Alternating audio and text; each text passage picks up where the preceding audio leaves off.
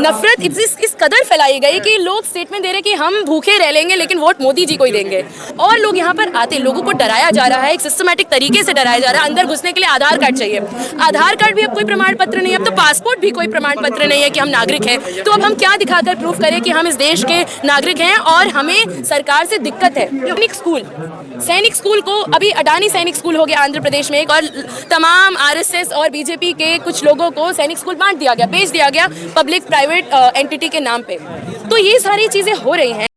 वो तो कह रहे हैं कि ये दहशतगर्दों की बी टीम लोग हैं। देखिए, हाँ, तो ये कोई नई बात नहीं है और ये बहुत ही आश्चर्यजनक बात नहीं है कि वो छात्रों को दहशतगर्द बोले, एंटी नेशनल बोले, पाकिस्तान से फंडिंग आती है और न जाने क्या क्या।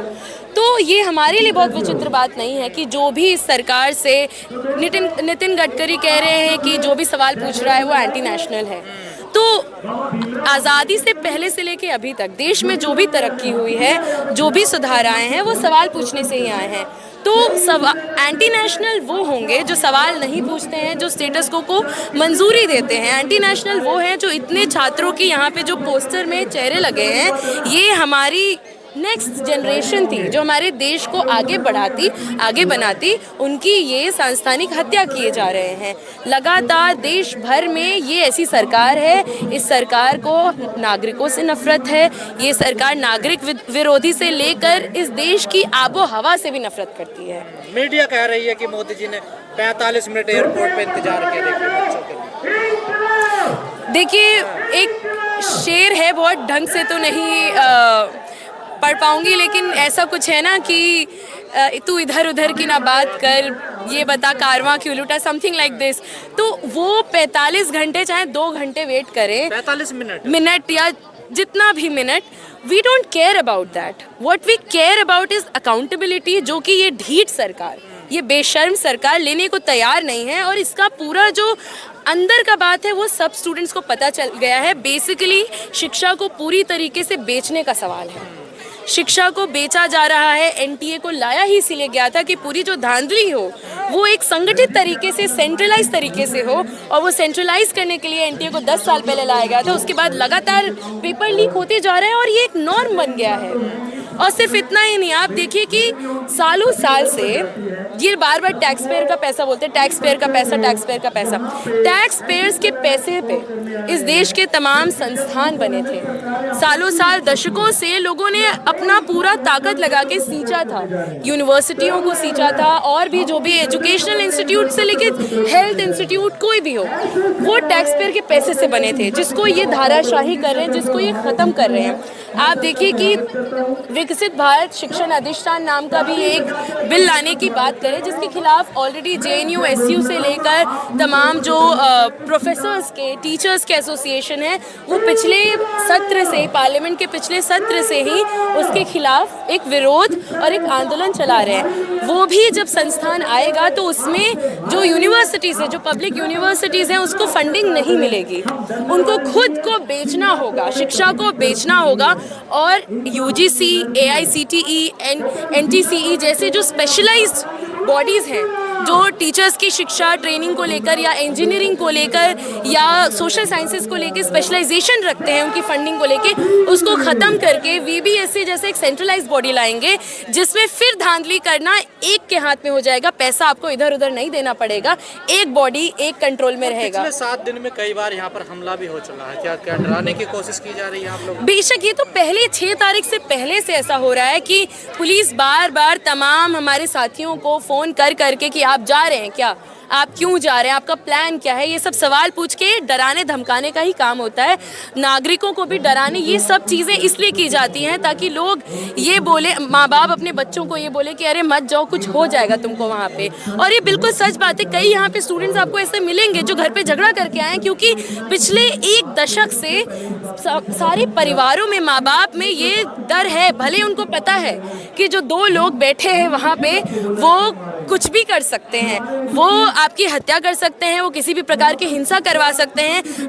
माँ बाप को डर है कि उनके बच्चे के साथ कुछ हो सकता है, इसीलिए उनको घर में, इसीलिए मुझे लगता है कि वो एक सच में एक लोकतंत्र में हम रह रहे होते तो और लोग यहाँ पर आते। लोगों को डराया जा रहा है, एक सिस्टमैटिक तरीके से डराया जा रहा है। अंदर घुसने के लिए आधार कार्ड चाहिए, आधार कार्ड भी अब कोई प्रमाण पत्र नहीं है, अब तो पासपोर्ट भी कोई प्रमाण पत्र नहीं है कि हम नागरिक हैं। तो अब हम क्या दिखाकर प्रूफ करें कि हम इस देश के नागरिक हैं और हमें सरकार से दिक्कत है। ये वास्तव में पेपर लीक है, एक बड़ा गिरोह चल रहा है, बड़े पैसे का खेल हो रहा है। इसमें ये कोई सवाल है ही नहीं। ये बिल्कुल सच बात है कि आप कितनी भी मेहनत करें, पहले तो इस देश में बहुत एक मेरिट की बात की जाती है।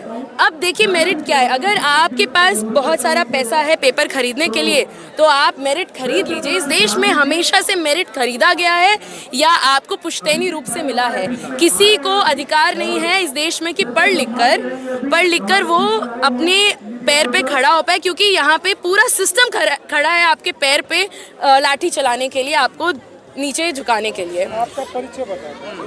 अरे भाई यार इंटरव्यू चल रहा है। और उसके बाद जो पूरा पेपर लीक का आप बात करें, पूरा जो कोचिंग माफिया लगातार तैयार हुआ है, प्राइवेटाइजेशन चल रहा है, ऐसे यूनिवर्सिटीज़ जो पब्लिक यूनिवर्सिटीज़ हैं जैसे JNU, उन पे लगातार अटैक है कि ये यहाँ पे तो टेररिस्ट ही रहते हैं, क्रिमिनल्स रहते हैं, अर्बन नक्सल्स रहते हैं, और उसके बरक्स गलगोटियाज जैसी प्राइवेट इंस्टीट्यूशंस को लाया जा रहा है और स्टूडेंट्स को लगातार कंपटीशन के एक तो हिंदुस्तान का ये सरकार नौकरियां नहीं है और लगातार स्टूडेंट्स नौकरियों के लिए कोचिंग करते हैं। कोचिंग माफिया, पूरा पैसा का लूट चल रहा है। बड़ी बड़ी कोचिंगें पहले ही डिक्लेयर, सट्टेबाजी हो रही है कि कहां से टॉपर आएगा, कहां से टॉपर नहीं आएगा, और कोचिंग माफिया आराम से पैसा बना रहे हैं और पढ़ाई को पूरा पैसा बनाने का खेल सिस्टमैटिक। बेटा कोई डॉक्टर नहीं बन पाएगा? कैसे बन पाएगा जब आप लाखों लाख रुपए। तमिलनाडु में आप देखिए, तमिलनाडु में बहुत विरोध हुआ नीट का कि हम यहाँ पर मेडिकल कॉलेजेस खोले ताकि हमारे गांव के बच्चे, वहाँ पे रिजर्वेशन सिस्टम और बेहतरीन तरीके से लागू होता है, वो बच्चे आए, वो डॉक्टर्स बने ताकि they can give back to the society. यहाँ पे क्या हो रहा है कि नीट आ गया है, एक सेंट्रलाइज सिस्टम, जिससे अगर आपको डॉक्टर बनना है तो आप बेतहाशा रुपया पैसा फेंकिए कोचिंग में, लेकिन अब तो उसकी भी गारंटी नहीं है ना, क्योंकि आप कोचिंग वालों को और रुपए दे के पेपर खरीदेंगे और पेपर खरीद के आप टॉपर बनेंगे। अगर आप पेपर नहीं खरीद सकते हैं तो आप कोचिंग में भी लगातार पैसा डालते रहिए, आपके बच्चों को आपको सपना दिखाया जाएगा, लेकिन सिस्टम में ही खराबी है, सिस्टम पूरे सिस्टम में लीक है। मैम, जिस सरकार की नियति ना हो शिक्षा की या स्वास्थ्य की या रोजगार की, तो उससे मांग करके क्या फायदा हो? तो ये मांग के अलावा हमें देखना चाहिए कि ये जो नागरिक यहाँ पे खड़े हैं इतने दिन से, वो सिर्फ मांग नहीं कर रहे हैं, वो ये बता रहे हैं कि हमें आपकी जो पॉलिसीज़ हैं ना, हम उससे इत्तेफाक नहीं रखते हैं। ये बात है यहाँ पर, ये आवाज़ उठाई जा रही है कि आप लोगों से हम थक गए हैं, आपकी झूठी बातों से हम थक गए हैं, और आप जो वादे करते हैं, आप जो फरेब कर रहे हैं हमारे साथ, अब हम वो नहीं मानेंगे। जो बात तो ये है कि शिक्षा जो है, नफ़रत की राजनीति में कभी बेहतरीन फल फूल सकती नहीं है, तो ये पूरी उसकी नफरत की राजनीति में शिक्षा का गिरावट होना बिल्कुल लाजमी था। तो अब जब लोग यहाँ आए हैं, लोग समझ रहे हैं कि, और फिर लोग मांग नहीं कर रहे हैं। क्या नफरत की राजनीति ने ये मुद्दे खत्म कर दिए देश से? बिल्कुल नफरत इस कदर फैलाई गई कि लोग स्टेटमेंट दे रहे कि हम भूखे रह लेंगे लेकिन वोट मोदी जी को ही देंगे। तो उस तरीके से हम देख सकते हैं कि आज ज़रूरी है, आज जब लोग यहाँ आ रहे हैं, ये बहुत ही इम्पोर्टेंट जंक्चर पॉइंट है कि लोग समझ गए हैं कि अब हम नफरत करके तो पेट नहीं कटेगा ना। और उसके बाद हम दो चीज़ें कि आज ही के न्यूज़पेपर में आप देखिए, इंडियन एक्सप्रेस में आया है कि 11 बंधुआ मजदूर रिलीज किए गए हैं मुजफ्फरनगर में, यूपी में। तो ये महज इत्तेफाक नहीं है कि शिक्षा में गिरावट हो रही है और उसके साथ साथ बंधुआ मजदूरी बढ़ रही है। तो ये जुड़ी हुई बातें हैं और यहाँ के लोग भी ये समझ रहे हैं कि वहाँ पर मानेसर में, नोएडा में जब मजदूर प्रोटेस्ट, वो 16-17 साल के लड़कों को भी इन्होंने जेल भेजा है। तो ये चीज़ हमें देखना है और फिर हम मांग नहीं कर रहे हैं। फिर यहाँ पे नागरिक आके ये बोल रहे हैं, चाहे वो जेन जी हो, जेन अल्फा हो, चाहे मिलेनियल्स हो, बगैर शिक्षा के किसी देश की कल्पना की जा सकती है, ये विकसित हो पाएगा? देखिए, शिक्षा एक फासीवादी सरकार या शिक्षा का कहीं भी दो रूप हो सकता है, दो उसके रीजंस हो सकते हैं। एक, शिक्षा हम इसलिए सोचते हैं कि नागरिक जो है अपनी नागरिकता का मूल्य समझे, वो समझे कि उसकी कीमत क्या है एक लोकतंत्र में, वो समझे कि सवाल पूछना कितना लाजमी, कितना ज़रूरी है, वो सोचे कि सेहत और शिक्षा का सस्ता होना कितना ज़रूरी है, वो सवाल पूछे और देश को और मजबूत बनाए।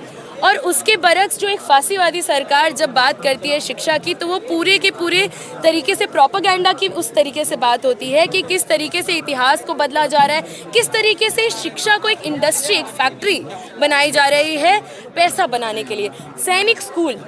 सैनिक स्कूल को अभी अडानी सैनिक स्कूल हो गया आंध्र प्रदेश में एक, और तमाम आरएसएस और बीजेपी के कुछ लोगों को सैनिक स्कूल बांट दिया गया, बेच दिया गया पब्लिक प्राइवेट एंटिटी के नाम पे। तो ये सारी चीज़ें हो रही हैं और शिक्षा को लगातार ये बताया जा रहा है कि प्राइवेटाइजेशन होगा तो एफिशिएंसी बढ़ेगी, बट एनटीए इसका सबसे बेहतरीन एग्जाम्पल है कि प्राइवेटाइजेशन हुआ और लगातार गिरावट हो रही है, लगातार पैसा बस बनाया जा रहा है। आप CUET PG, CUET UG का फॉर्म का कीमत देखिए कितना, 1800 रुपये तो UR का है फॉर्म भरने का कीमत। आप सोचिए कि एक दलित, एक गरीब पिछड़े समाज से आया हुआ बच्चा फॉर्म कैसे भरेगा। ये CUET का जो टेस्ट होता है, इसको कई लोग तो गलत मानते हैं ना, देखिए कि ये कराना ही गलत है। देखिए बेशक अलग अलग यूनिवर्सिटीज़ का अलग नेचर हुआ करता था, जो अपने हिसाब से एग्ज़ाम्स लेती थी। उन यूनिवर्सिटीज़ में किस तरीके के इनटेक होने हैं, उस तरीके से वो एग्ज़ाम, और वो यही स्टूडेंट्स वो पढ़ाई करके, मेहनत करके JNU, BHU, DU, जामिया जाते थे, यही सब स्टूडेंट्स थे। आज इन्होंने जो परीक्षा का पूरा पैटर्न बदला है, उसमें सवाल पूछने का जो तरीका बदला है, यही स्टूडेंट्स को वो सवाल पढ़ के अब उस तरीके से अंदर जाना पड़ रहा है और वो पूरा धांधली चल रहा है। अब लास्ट सवाल मेरा, क्या भविष्य लग रहा है आपको जिस तरीके की देश में राजनीति, जो एक नफरत की बड़ी खाई पैदा हो गई है, क्या किस तरफ जा रहा है ये भारत देश?